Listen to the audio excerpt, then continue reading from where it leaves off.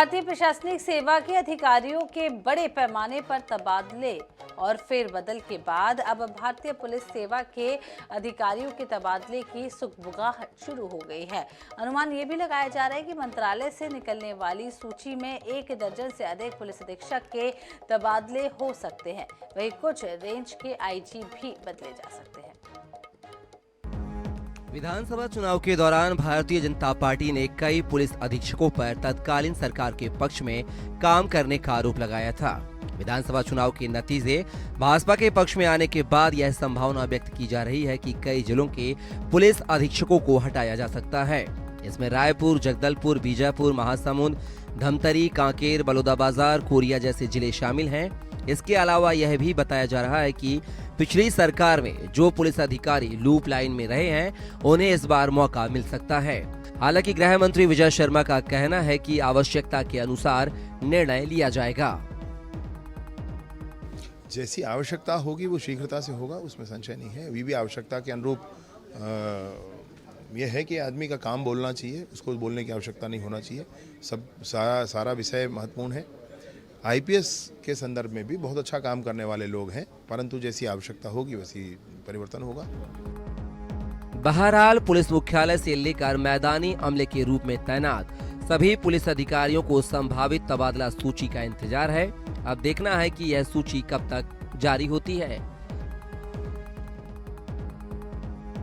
रायपुर से INS 24/7 के लिए मनोज नायक की रिपोर्ट।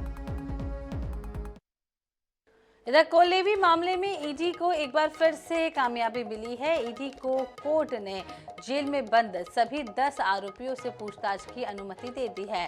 ईडी 10 से 15 जनवरी तक आरोपियों से पूछताछ कर सकेगी। इस पर अब सियासत तेज हो गई है। वहीं मामले पर छत्तीसगढ़ भाजपा के प्रदेश अध्यक्ष किरण देव ने INS 24/7 से खास बातचीत की। उन्होंने कहा है कि ये पहले ईडी पर दोषारोपण करते रहे, अब ईडी के दुरुपयोग का आरोप लगा रहे हैं।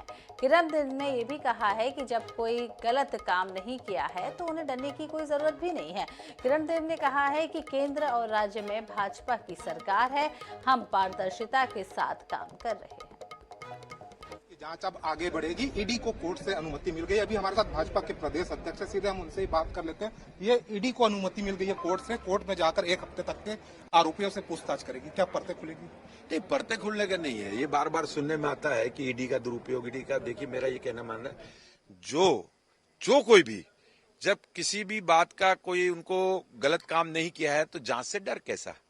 डरता तो वही है जिसके मन में भय बने रहता है कि कहीं मैं इस काम में पकड़ा ना जाऊं।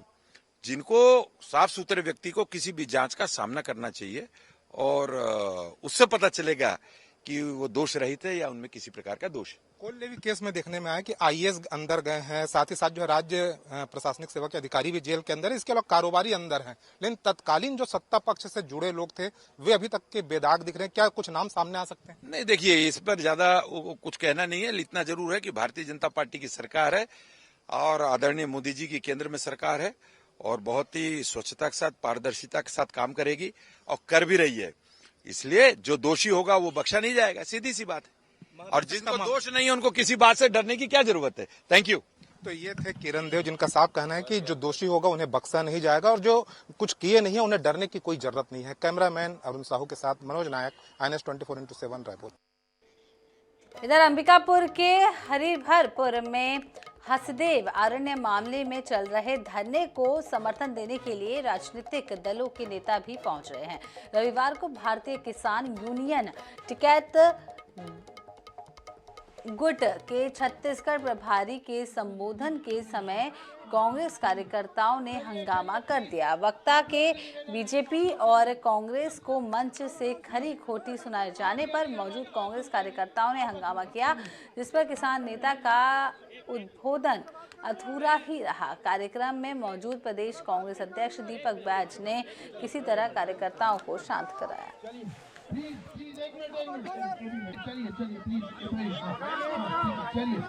चलिए प्लीज, आप लोग से निवेदन है, आप लोग से आप यानी हमारी बात सुनते हैं। आप आईबी के लोग यहाँ मौजूद होंगे, आप भी कान खोल कर सुन ले। हम आपको बता देना चाहते हैं, दिल्ली से, हरियाणा से, पंजाब से, राजस्थान से, उत्तर प्रदेश से, दुनिया के इस देश के कोने कोने से किसान तैयार बैठा है इस हसदेव को बचाने की लड़ाई लड़ने के लिए।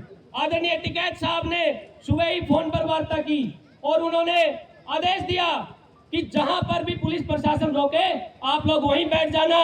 हमने इमरजेंसी मीटिंग बुला ली है, उनका लाइव चल रहा है फेसबुक पर, सभी साथी सुन सकते हैं।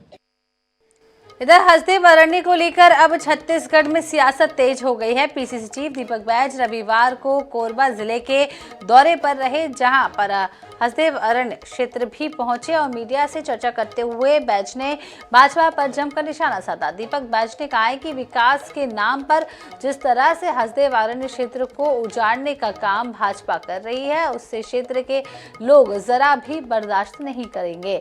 उनका ये भी कहना है कि लोकसभा चुनाव में ये देखने को मिलेगा। बैज ने आरोप लगाते हुए कहा है कि भाजपा एक उद्योगपति को जमीन दे रही है, वहीं निष्कासित पूर्व विधायकों पर पीसीसी चीफ ने कहा है कि निष्कासितों की लोकसभा तक वापसी नहीं होगी। पूर्व राजस्व मंत्री के मामले पर कहा है कि नोटिस जारी कर स्पष्टीकरण मांगा है। लोकसभा चुनाव को लेकर कहा है कि भाजपा के पास कोई मुद्दा नहीं है, पहले की तरह केवल राम के नाम से चुनाव जीतना चाहती है। जिस तरह से भारतीय जनता पार्टी की सरकार पूरी जंगलों को कटाई कर एक उद्योगपतियों को देने के लिए वहाँ पे हमारे आदिवासी और वहाँ के लोगों को बेदखल करने का काम कर रहे हैं और अंधाधुंध पेड़ों की कटाई हो रही है, जो आज पूरे प्रदेश में इसके खिलाफ आक्रोश है। इसलिए आज वहाँ जाके हम लोग वहाँ के लोगों से मुलाकात करेंगे। छत्तीसगढ़ में कांग्रेस की हार के बाद कांग्रेस कार्यालय का माहौल बदला हुआ है। पहले जहां पार्टी कार्यालय राजीव भवन में दिन भर गहमा गहमी और बैठकों का दौर चलता था, अब हार के बाद सारी गतिविधियां बंद हो गई हैं। इतना जरूर है कि कांग्रेस नेता और कार्यकर्ता कार्यालय पहुंचकर परिसर में क्रिकेट जरूर खेलते हैं, चाहे वे विधायक ओंकार साहू हो कोई अन्य पदाधिकारी। हालांकि कांग्रेस नेता इस बात से इनकार करते हैं कि अब उनके पास कोई खासा काम नहीं रह गया है।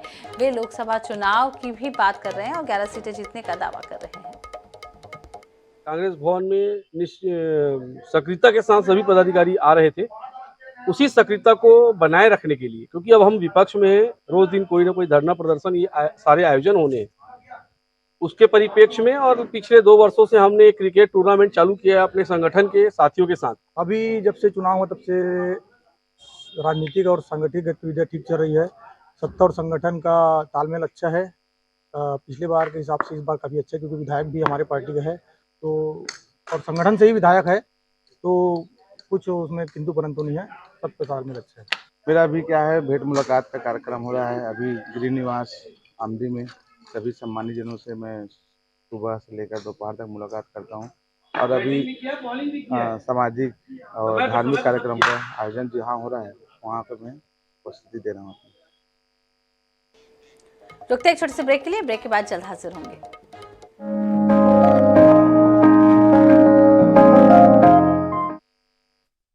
घुटना, कंधा या कमर, चाहे जैसा हो दर्द, डॉक्टर ऑर्थो आपको देता है दर्द से पूरी आजादी। ये कोई टेम्पररी पेन किलर नहीं, आयुर्वेदिक औषधि है। इधर केंद्रीय गृह मंत्रालय ने जोगी कांग्रेस के प्रदेश अध्यक्ष अमित जोगी को दी गई सुरक्षा वापस ले ली है। जी हां, अमित जोगी को विधानसभा चुनाव में पहले Z कैटेगरी की सुरक्षा दी गई थी। यह सुरक्षा 31 दिसंबर तक के लिए दी गई थी। आपको बता दें कि विधानसभा चुनाव के दौरान जोगी कांग्रेस की ओर से निर्वाचन आयोग राज्य सरकार से चुनाव प्रचार के मद्देनजर सुरक्षा की मांग की गई थी। जोगी कांग्रेस की ओर से यह दलील दी गई थी कि वे चुनाव प्रचार के लिए नक्सली क्षेत्र में भी जाएंगे, लेकिन राज्य सरकार ने उन्हें सुरक्षा नहीं दी थी। इसके बाद केंद्र सरकार ने उन्हें तत्काल सुरक्षा मुहैया कराई थी।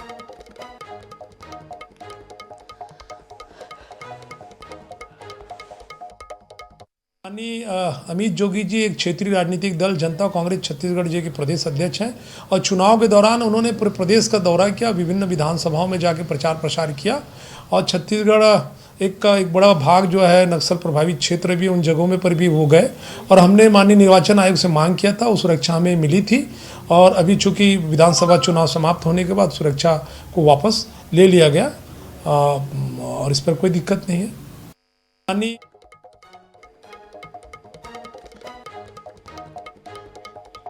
इधर राजनांदगांव जिले के डोंगरगढ़ शहर में अवैध कार्यों को लेकर कांग्रेस और भाजपा के बीच बहस शुरू हो गई है। डोंगरगढ़ से कांग्रेस के नवनिर्वाचित विधायक हर्षिता स्वामी बघेल ने कार्यकर्ताओं के साथ स्थानीय थाने में पहुंचकर अपराधों को रोकने की मांग की है। वहीं नगर पालिका के नेता प्रतिपक्ष अमित छाबड़ा ने सवाल उठाया है कि 5 साल कांग्रेस की सरकार थी, तब उसके नेता अवैध कार्यों पर क्यों चुप्पी साध कर बैठे थे। कांग्रेस को अपने दामन में झांकने की जरूरत है।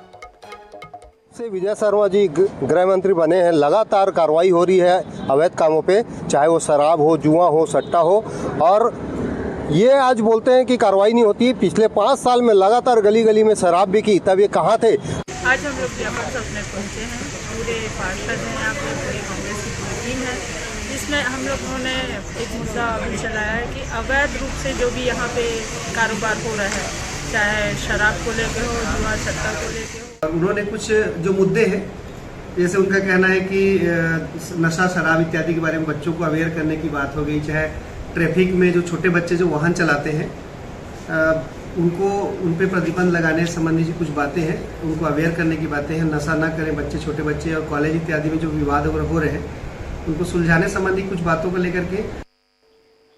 इधर 22 जनवरी को अयोध्या में रामलला की प्राण प्रतिष्ठा को लेकर पूरे देश में उत्साह है। वहीं राम मंदिर आंदोलन में गोलीकांड के साक्षी रहे देश दीपक सिंह इसे गर्व का पल बता रहे हैं। INS 24/7 के साथ 2 नवंबर 1990 के गोलीकांड को याद कर देश दीपक की आंख झलक उठती है और देश दीपक बताते हैं कि 2 नवंबर के दिन अयोध्या में स्थित बाबरी ढांचे पर कार सेवकों को रोकने के लिए ऊंचे ब्रैकेट लगाकर उसमें कैमरे के साथ लाइट मशीन गन कैमरे के साथ कनेक्ट कर दिया गया था। जो भी कैमरे में कैद होता तुरंत गोली चला दी जाती थी। और देश दीपक बताते हैं कि दुर्ग जिले से 24 अक्टूबर 1990 को 400 लोगों का पहला जत्था ट्रेन में निकला था और 28 अक्टूबर तक करीब 2000 कार सेवक अयोध्या के लिए रवाना हुए थे। लेकिन आखिरी दिन ट्रेन कटनी सतना के बीच रोक दी गई और बस और ट्रकों में बैठकर कार सेवक किसी तरह चित्रकूट मंदाकिनी नदी के तट पहुंचे। वहां यूपी पुलिस ने पकड़ लिया, लेकिन वहां से कार सेवक कूद फांद कर भाग निकले।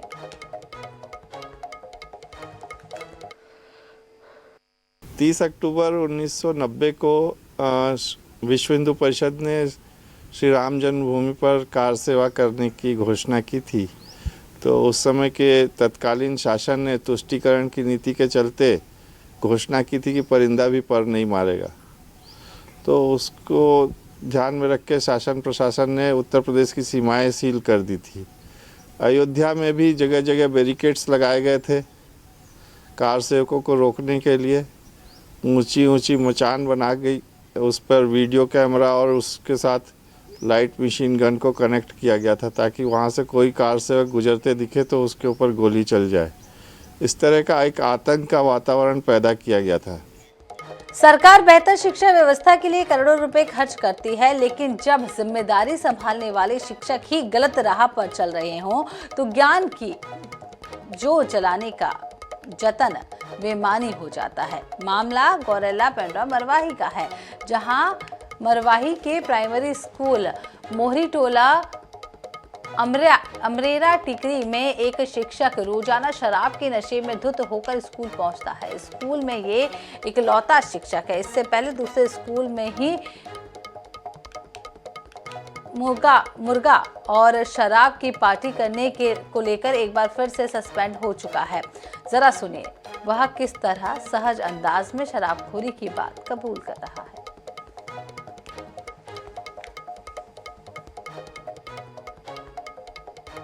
नमस्ते। मैं तो ये महुहरी टोल से बोल रहा हूँ सर।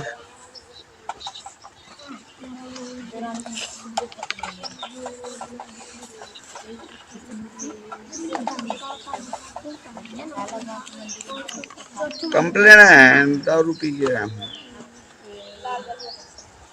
तो गलती हो गया सर जी। सुनिए ना सर, वो हमेशा के लिए इस्तीफा दे दूं सर, मैं इस्तीफा दे रहा हूँ मैं। यहाँ के जो पालक हैं उन्होंने मेरे को अवगत करवाया है कि यहाँ में जो टीचर आते हैं वो शराब पी कर आते हैं और बच्चों को पढ़ाई लिखाई में मतलब कोई इंटरेस्ट नहीं है उनका। अभी भी मैं देखने आया तो बच्चे लोग खेल कूद रहे थे और शराब पी के आके अभी बच्चे लोग के बताने के हिसाब से अंदर में मतलब राष्ट्रीय गुटखा खा के थूक भी देते हैं और यहाँ आते हैं तो ब्रश भी करते हैं और मतलब इनकी बहुत सारी शिकायतें हैं। इनके साथ गाली गलौज भी करते हैं। इधर सरगुजा जिले के सीतापुर में पढ़ाई के दौरान बच्चों से सफाई कराए जाने का मामला सामने आया है।